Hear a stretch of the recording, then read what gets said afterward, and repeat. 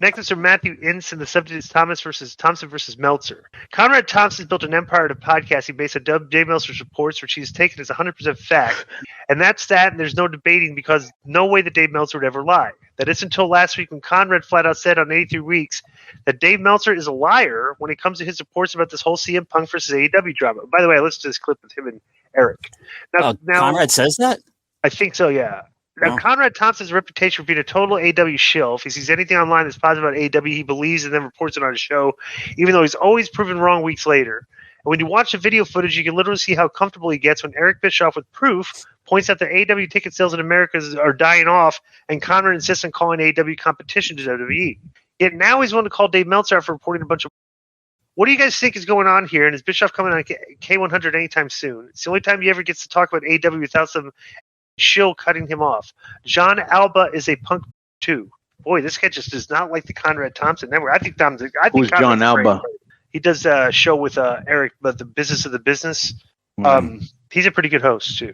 Mm-hmm. He used to be. I think he used to work at ESPN, and he gave up like the ESPN to come work in wrestling, which is kind of weird. Really? You know?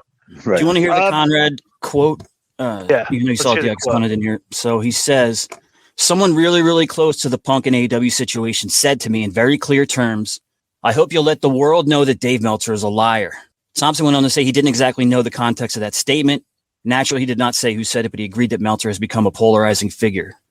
Bischoff, who is not exactly Meltzer's #1 fan, enthusiastically agreed. And Conrad continued, I guess now there's almost like this media beef, if you will. There's the Wrestling Observer group who says this is what happened. And then there's the Nick Hausmans of the world who say this is what happened. Most of the folks have put two and two together, and they say Nick, being a Chicago guy, he's probably in the Punk camp. Dave, being a California guy, he's probably pretty friendly with the guys whose finishing mover is called the Meltzer driver. But what is the difference in their versions? Like who? I don't know, because I don't. It's something really small, Konnan. It's like in one version, Punk threw a punch and put him in a rear naked choke, and in the other, Jack pushed him. I guess so. One's favorable. Well, one side says the first aggression came from Punk. One side says Jack Perry. You know. Konnan, you have been told from eyewitnesses to the situation. What is the version you were told? Which one are you talking about? Well, the version of the fight with him and Jack Perry. Yeah, in disregarding the reports, what's the version you heard? Yeah, so I guess Jack dissed him with the Crimea River thing. Mm-hmm. He must have been watching it, or somebody told him, and he confronted him when he came back. I think his match was next anyway, so he's probably in guerrilla there waiting while the guy's coming back. And so it's like, do we got a problem?